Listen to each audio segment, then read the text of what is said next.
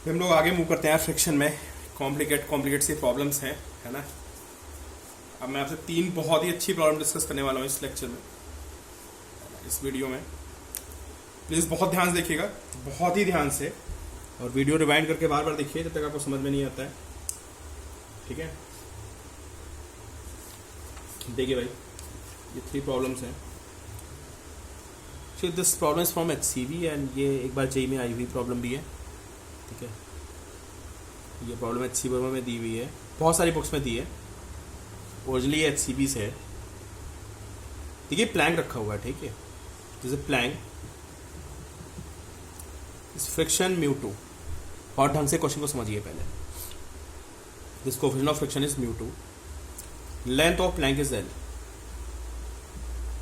और मैंने यहाँ पे एक छोटे से ब्लॉक को u वेलोसिटी देके फेंक दिया, समझ गया, इसके ऊपर। And here friction coefficient is μ1, this mass is m2 and this mass is m1। समझो आप, उसको ऊपर वाले का मास m1 है, नीचे वाले का मास m2 है, ठीक है। और उसको मैंने u वेलोसिटी से छोड़ दिया उसके ऊपर, तो क्या होगा, ये m2 पे स्लाइड करेगा।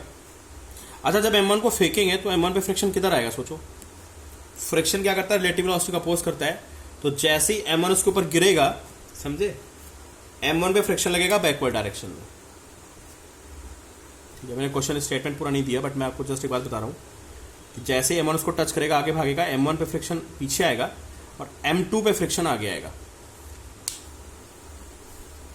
ठीक है। तो m1 बहुत तेजी से भागेगा, आगे भाग ही रहा है आगे, तो m2 भी आगे भागना शुरू करेगा धीरे से। देखा ना, m2 पे फ्रिक्शन आगे आ गया, m2 से, m1 से, ये फ्रिक्शन देख रहे हो आप, ये m2 पे आगे आएगा तो चलने लगेगा। हमें पता क्या करना है, हमें पता करना है कि कितने टाइम के बाद ये ब्लॉक गिरेगा। Calculate time when block leaves plank. ये मेरा क्वेश्चन कंप्लीट हो गया। मैंने आपको मोटा मोटा बता दिया कि हो क्या रहा है, कि ब्लॉक तो चलेगा बहुत तेजी से, बहुत तेज वेलोसिटी से आ रहा है, लेकिन जैसे ब्लॉक इसको टच करेगा ये भी चलने लगेगा। कौन? प्लैंक। प्लैंक भी आगे चलने लगेगा, लेकिन प्लैंक थोड़ा स्लो चलेगा, प्लैंक भारी है, μ2 कोएफिशिएंट है, ठीक है। तो प्लैंक भी आगे चलेगा, लेकिन ब्लॉक तेजी से आ रहा है, तो धीरे धीरे क्या होगा, ये ऊपर से चल के उस पर गिर जाएगा नीचे। सारे डेटा पूरे हैं, m1 m2, ये μ2 है, यहाँ पे ग्राउंड और इसके बीच में फ्रिक्शन μ2 है, ब्लॉक और इसके प्लैंक बीच में m1 है, and this velocity is u से हमने फेंक दिया है। आप ट्राई कर सकते हो यार, काइनेमेटिक्स का क्वेश्चन है बेसिकली, ठीक है। ट्राई करो आप 5-10 मिनट, फिर देखो कि आपका मेरा आंसर मैच करता है कि नहीं मैच करता है। तो दोनों का एक्सप्रेशन बेसिकली हमें फाइंड करना है ना, m1 का एक्सप्रेशन फाइंड करना है, m2 का, और फिर देखेंगे हो क्या रहा है। चलो पहले m1 की बात करते हैं। m1 पे कौन कौन से फोर्स आएंगे बताइए। m1 जी आएगा, बिना सोचे बना दीजिए, नॉर्मल रिएक्शन आएगी, और कौन आएगा बताओ। और आएगा फ्रिक्शन। और किधर आएगा फ्रिक्शन, क्योंकि इसकी वेलोसिटी आगे, जैसे ग्राउंड को टच करेगा ऐसे प्लैंक पे आगे भागेगा, फ्रिक्शन पीछे लगेगा। This will B friction, and what will be nature of friction, that will B kinetic. और मैं आपको बता दूं कि अगर कभी आपको सिर्फ μ1 या μ2 दिए हैं, उसी को स्टैटिक मान लेते हैं, उसी को काइनेटिक। क्लियर है आपको? हमें ये नहीं सोचना है कि μs क्या होगा, μk क्या होगा। हमें इस क्वेश्चन के हिसाब से μs μk जो भी लगाना है, हम उसको μ1 ही मान के चलेंगे। तो this will be μ1 into n, तो friction will be μ1 m1g, and this is equal to m1 a1, so from here a1 is μ1g, ठीक है। ये रिटार्डेशन आ गया किधर, पीछे की तरफ, पहले इतना आप नोट करिए। तो मेरा एक काम तो हो गया, मैंने इसका एक्सेशन निकाल दिया, बेसिकली रिटार्डेशन निकाल दिया, किसका, m1 का रिटार्डेशन आ गया, ठीक है। अब मुझे पकड़ना है m2 को, m2 का भी अपना रिटार्डेशन एक्सेलेरेशन हुआ इनफैक्ट, ठीक है। तो ये रिटार्ड करेगा, इस पर रिटार्डेशन पीछे आ गया, ठीक है। चलो अब हम लोग पकड़ते हैं किसको, इस पे m2 को पकड़ते हैं, देखते हैं भाई m2 पे कौन कौन से फोर्सेज हैं। तो m2 का FBD बनाओ और देखो आपका मेरा FBD मैच करता नहीं मैच करता। दिस विल बी m2g, ठीक है। अब जब ये और यहाँ पे क्या लगेगा, m1 पे नॉर्मल एक्शन ऊपर आई थी, तो यहाँ पे नॉर्मल एक्शन नीचे आएगी। भाई m1 का वेट है वो नॉर्मल एक्शन देगा ना यहाँ पे, जैसे उस पर n ऊपर आएगा तो इस पर नीचे आएगा, ठीक है। यहाँ से n डैश आएगा, फ्रिक्शन हमेशा पेयर में होता है। इस पर फ्रिक्शन कहाँ लगा था, पीछे लगा था, तो इस पर फ्रिक्शन आगे लगेगा एफ के। और कोई फोर्स मिसिंग है? बिल्कुल मिसिंग है यार।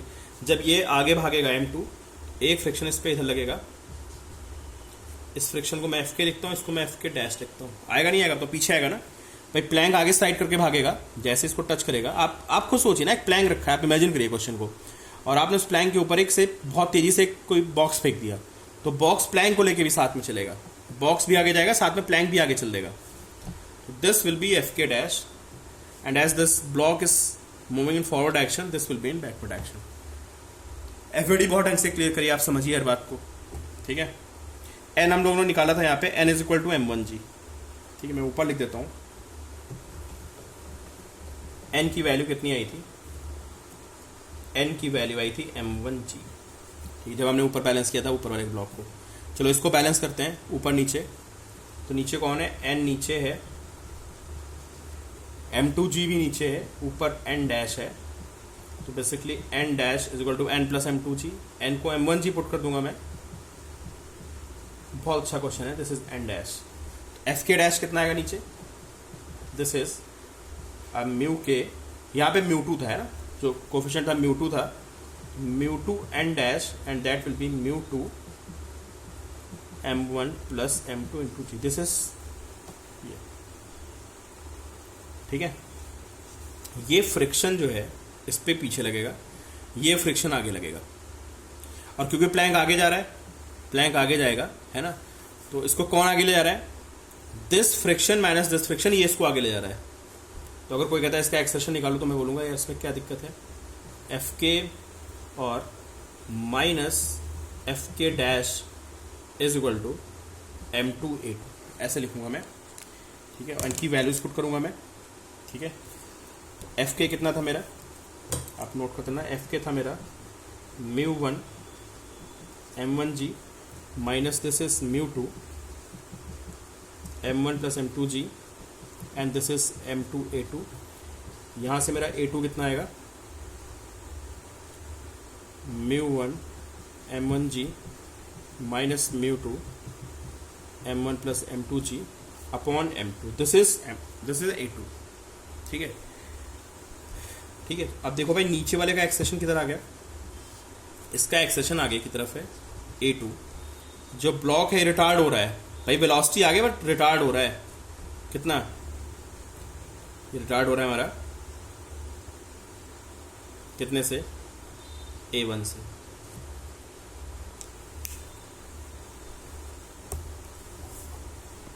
Clear?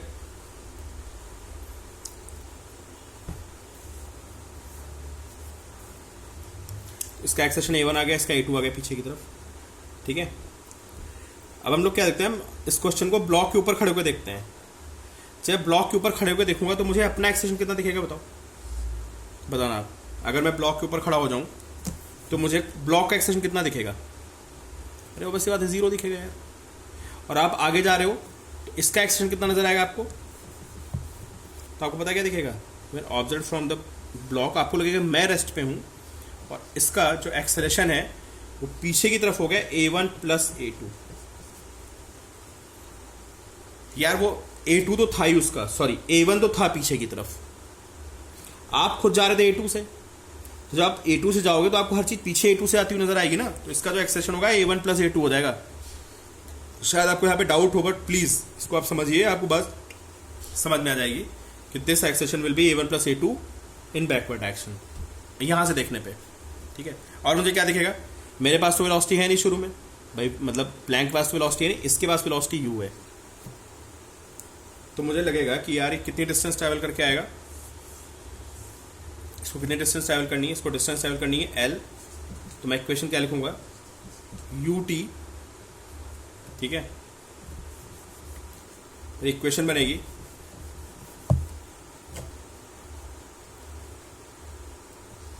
L is equal to ut minus half A1 plus A2 t², है ना। यहां से मैं टाइम निकाल सकता हूं, ठीक है। और वैसे क्वेश्चन मोस्टली ये पूछता है कि ब्लॉक जाके लास्ट पे रुक गया उसके रिस्पेक्ट में, है ना, मतलब ये यहाँ से चला और उसके रिस्पेक्ट में जाके रुक गया, तो आपसे टाइम पूछेगा क्या टाइम होगा, ठीक है। वो रुकेगा तो क्या करेंगे आप, अगर वो जाके रुक गया तो क्या करेंगे आप बताइए। तो आप लगा देंगे v इज इक्वल टू क्या, u माइनस ए टी, ठीक है। v को आप 0 पुट कर देंगे, u आपको पता है, and minus a1 plus A two into T कर देंगे, तो यहाँ से t की वैल्यू आ जाएगी u by a1 plus A two, है ना। ये क्वेश्चन बन जाता है अक्सर। तो आपको एक्सप्रेशन निकालना आना चाहिए, a1 a2 निकाला है, बाकी चीज़ें आप निकाल सकते हैं। सब वैल्यूज गिवन होगी आपको, ठीक है। अभी तो मैंने एक क्वेश्चन की फॉर्म में बनाया है।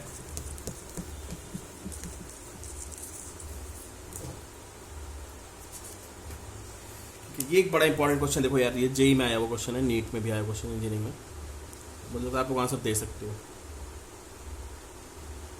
बहुत अच्छा क्वेश्चन है। The block placed on the inclined plane, mu S is coefficient of static friction and mu K is coefficient of kinetic friction, और मैंने इसको बढ़ाना शुरू किया, ऊपर उठाना शुरू किया, ठीक है। अब आपको बताना है इसका ग्राफ कैसे बनेगा।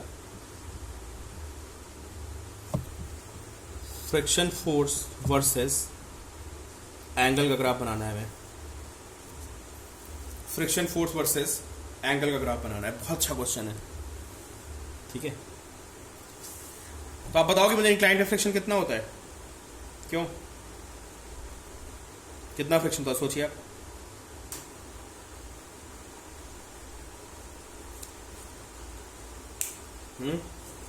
देखो भाई, जब आप थीटा को बढ़ाओगे ना, पहले ग्राउंड पे ये प्लैंक बिल्कुल थीटा 0 होगा, हम लोग 0 से शुरुआत करेंगे, इसको बढ़ाएंगे धीरे धीरे। तो आपको पता है कि जब तक ये एंगल ऑफ रिपोज तक नहीं पहुंचता है, पता है ना एंगल ऑफ रिपोज क्या होता है, tan theta is mu S. जब तक ये एंगल ऑफ रिपोज पे नहीं पहुंचेगा तब तक आपका ब्लॉक स्लाइड नहीं करता है। ये बात आपको बहुत ढंग से पता होना चाहिए, block does not slide. And in that case, जो मैं नेक्स्ट लाइन बोल रहा हूँ वो आपकी अंडरलाइन होनी चाहिए।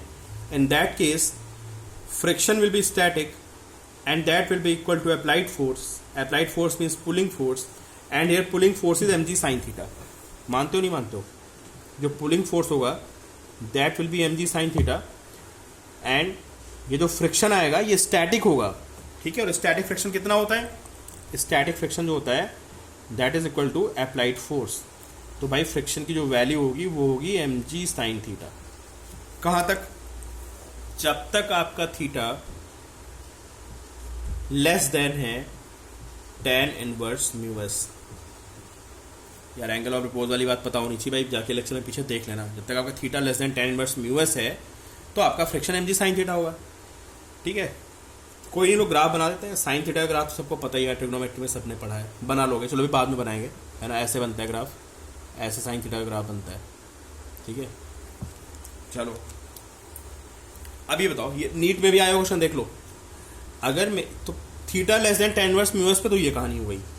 अगर मेरा theta greater than tan inverse mu S हुआ तो क्या होगा बताओ, इट विल स्लाइड भाई, इट विल स्लाइड, है ना। Theta greater than tan inverse mu S पे और स्लाइड करेगा, तो आप सबको पता है फ्रिक्शन क्या होता है, पता है ना क्या होता है फ्रिक्शन स्लाइडिंग में, म्यू के एन होता है। मैं बार बार लिखूंगा नहीं, आपको पता होना चाहिए कि इंक्लाइंड पे एन कितना होता है, एम जी कॉस थीटा होता है।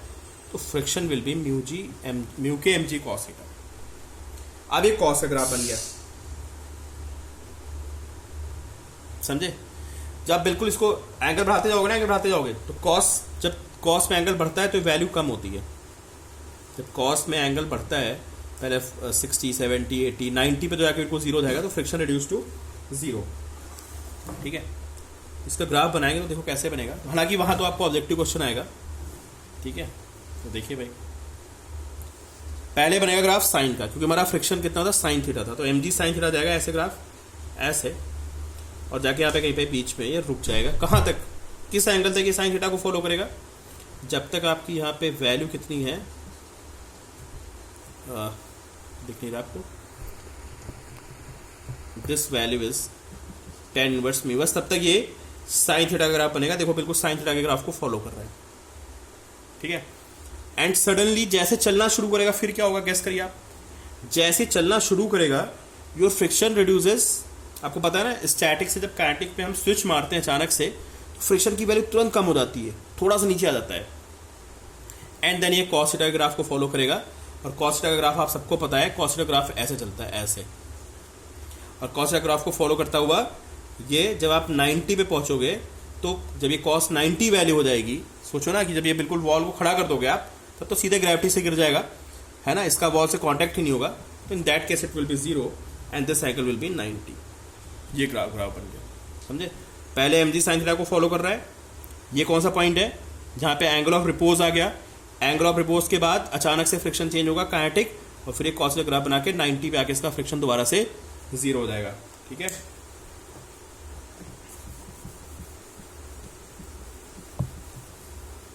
तो भाई ये पिछला क्वेश्चन है, दोनों बहुत इंपॉर्टेंट थे। Next we have very important problem, very यार, ये बहुत बहुत पूछी जाती है। Friction is a very important chapter. ठीक है, देखो भाई, ये 4 kg का block, this is 4 kg block and this is a 2 kg block. Okay, and this theta is equal to 30 degree. ठीक है,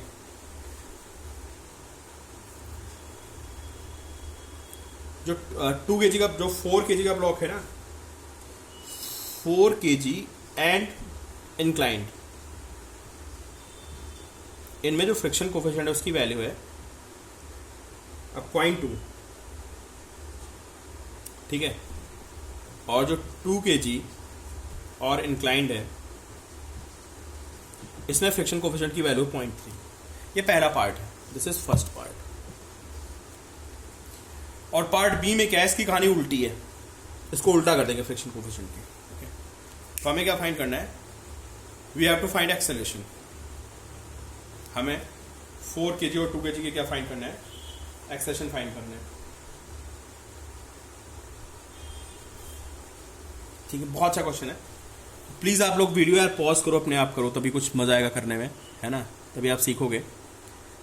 तो 4 kg में 0.2 है, क्लाइंट सब दिया हुआ है, सब कुछ आपको दिया हुआ है, आपको एक्सेशन फाइंड करना है 4 kg और 2 kg का। ठीक है,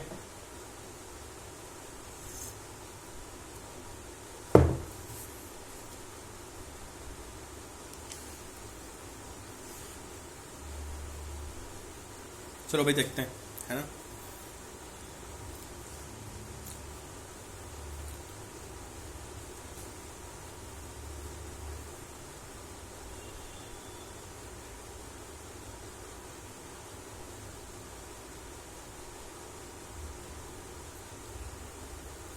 देखिए भाई, सबसे पहले हमें क्या देखना है, सबसे पहले हमें ये देखना है कि ब्लॉक चलेंगे या नहीं चलेंगे, है ना।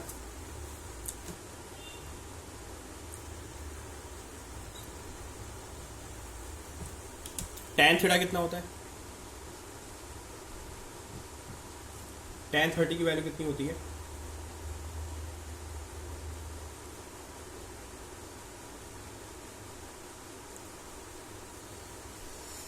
tan 30 is equal to 1/√3। ठीक है, एंड दिस इज 1/1.732, है ना। और ये वैल्यू कितनी आएगी, लगभग 0.6 आएगी, देख लिया अप्रॉक्सीमेटली, है ना। तो इसका मतलब अगर आपका tan theta greater than mu S है, म्यू एस कितना है हमारा, कुछ नहीं दिया तो दोनों सेम मान लेंगे, है ना। ये 0.2 दिया है, 0.3, इसी को म्यू एस, इसी को म्यू के मान लेंगे, समझ गया। अगर कुछ नहीं दिया होता है तो उससे वही म्यू एस होता है, वही म्यू के होता है। तो ऑब्वियसली बात है कि tan 60 हमारा जो 0.6 आ रहा है, ये ग्रेटर देन 0.2 भी है, 0.3 भी है ना। तो दोनों ब्लॉक नीचे स्लाइड करेंगे। ठीक है, दोनों स्लाइड करेंगे नीचे, ये हमें पता चल गया। अब ये बताओ किस पे फ्रिक्शन कम आएगा, बताओ 4 kg भी कम आएगा या 2 kg भी कम आएगा, सोचिए आप। फ्रिक्शन कोफिशिएंट 4 kg का कम है एक्चुअली 0.2, और इसका कोफिशिएंट क्या ज़्यादा है, तो पता क्या होगा, जैसे आप इनको पास रखोगे और रख के छोड़ोगे ना, तो 4 kg वाला सेपरेट हो जाएगा,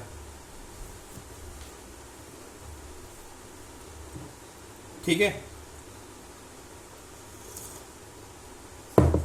4 kg पे 0.2 है एंड इस पे ये 0.3 है, तो आपको बात समझ आ रही है। ये 4 kg वाले पे फ्रिक्शन कम आएगा, तो ये क्या होगा, ये आगे चल देगा और ये भी चलेगा, ये इसके पीछे चलेगा थोड़ा स्लो से। ये A1 होगा और ये A2 होगा, ये पीछे स्लो चलेगा, समझ रहे हो आप। तो इसका कोफिशिएंट ऑफ फ्रिक्शन क्या है, कम है 4 kg वाले का। तो भाई अब हमें एक्सेलेरेशन पता करने थे दोनों के, व्हाट विल बी एक्सेलेरेशन, है ना। तो दोनों अलग अलग हो गए, ये तो आपको समझ में आ चुका होगा। अगर दोनों अलग हो गए तो कोई दिक्कत नहीं, तो आसान सा क्वेश्चन है यार। इंक्लाइन पे एक्सेलेरेशन निकालना तो सबको पता है ना, कैसे निकालते हैं एक्सेलेरेशन इंक्लाइन पे। दिस इज भाई, अगर आपको इंक्लाइन पे एक्सेलेरेशन निकालना है तो दोनों अलग अलग हो चुके हैं, है ना, और हमको पता है दोनों चल भी रहे हैं, ये भी पता है ना, तो मैं चेक कर लिया। तो हाउ टू फाइंड एक्सेलेरेशन मैं आपको बता चुका हूँ, कैसे निकालते हैं acceleration. This force is mg sin theta and this force is, चल रहा है ना, तो this will be mu K N, this is mg cos theta, this is n, इधर तो बैलेंस होता है, तो n is mg cos theta, और कौन इसको नीचे ला रहा है, mg sin theta minus mu K mg cos theta, इसको नीचे ला रहा है, उसको हम ma के इक्वल करेंगे, and from here a is g sin theta minus mu K cos theta, ये a की वैल्यू आ जाएगी, this will B value of a। और यहाँ पे बस वैल्यू पुट कर देंगे हम, म्यू के की एक में 0.2 थी, एक में 0.4 थी, तो दोनों के एक्सेलेरेशन आ जाएंगे, ठीक है। बहुत स्टैंडर्ड फॉर्मूला यार, तुमको याद होना चाहिए, बिल्कुल रट लो इसको, रट्टा मार लो, ये एक्सेलेरेशन का फॉर्मूला होता है, ठीक है। अब एक बात बताओ, कहानी उल्टी हो गई है ना। अब क्या है कि 4 kg और 2 kg में थोड़ा उल्टा कर दिया मैंने, है ना। This is 4 kg and this is 2 kg। अब यार यहाँ पे फ्रिक्शन कोफिशिएंट ना, 4 kg ग्राउंड में फ्रिक्शन कोफिशिएंट ज़्यादा है, यहाँ 0.3 है और यहाँ 0.2 है। अब आप गेस करो क्या होगा, सोचो कि आप एक स्लोप से नीचे उतर रहे हो और आपका फ्रेंड जो है आगे है, वो धीरे धीरे चल रहा है, तो क्या करोगे आप, उसको धक्का मारते हुए लाओगे नीचे, है ना। तो आप इसको क्या करेंगे, आप इसको धक्का मारते हुए नीचे लाएंगे। तो इस बार दोनों के एक्सेलेरेशन सेम होंगे, पता है, वो 2 kg वाला 4 kg को धक्का मार रहा होगा और 4 kg और 2 kg दोनों साथ साथ चल रहे होंगे। ये जाने नहीं चाहता है, कि जाना चाहता है बेचारा, बट इसका कोफिशिएंट ऑफ फ्रिक्शन ज़्यादा है, तो ये थोड़ा स्लो चलना चाहता है, वो थोड़ा स्मूथ है उसका नीचे का सरफेस, तो वो तेजी पकड़ना चाहता है, पर आगे आगे लड़ जाएगा इससे, तो एक्सेलेरेशन विल बी सेम, ठीक है। अब यहाँ आपको पता है यार, इन पूरे को 1 मान लेता है, बताओ मुझे, अगर मैं इन्हों 1 मान लेता हूँ, है ना, तो मैं शॉर्टकट में कर रहा हूँ, तो अब मुझे बताओ, चलो अच्छा अलग अलग देख लेते हैं यार। बताओ 4 kg पे कितना फ्रिक्शन आएगा, F1 मान लेते हैं, और 2 kg पे भी फ्रिक्शन आएगा, F2 मान लेते हैं। ये दोनों इसको रोकेंगे और इन दोनों का वेट इनको नीचे लाएगा, तो देखो 4g sin 30, मैं डायरेक्टली लिख रहा हूँ 4g sin 30, इसका ये कॉम्पोनेंट, इसका कॉम्पोनेंट 2g sin 30, ये इसको नीचे लाएंगे दोनों। रोकेगा कौन, यहाँ का फ्रिक्शन रोकेगा म्यू के। व्हाट इज म्यू के, म्यू के इज पॉइंट कितना था, 0.3। और आपको पता है नॉर्मल एक्शन कितनी होती है, mg cos थीटा, है ना। तो मैं फ्रिक्शन लिख रहा हूँ, ये फ्रिक्शन F1 की वैल्यू लिख रहा हूँ मैं, समझ रहे हो। इसके वेट का ये कॉम्पोनेंट, इसके वेट का कॉम्पोनेंट नीचे लग रहे हैं, ये फ्रिक्शन ऊपर लग रहे हैं। पहले मैंने वेट ऐड कर दिया, मैं फ्रिक्शन को ऐड कर रहा हूँ। फ्रिक्शन म्यू के एन होता है, तो mu K is 0.3 into N is 4 into G into cos 30, plus ये कितना होगा, mu K into 2 into G into cos 30। ये सब फोर्स आ गई, this is equal to total mass into A, तो 4 + 2 इंटू ए कर देंगे, यहाँ से हमें एक्सेलेरेशन मिल जाएगा, ठीक है। उसको धक्का मारता हुआ लाएगा ऊपर से, उसको जगह पास नहीं होने देगा।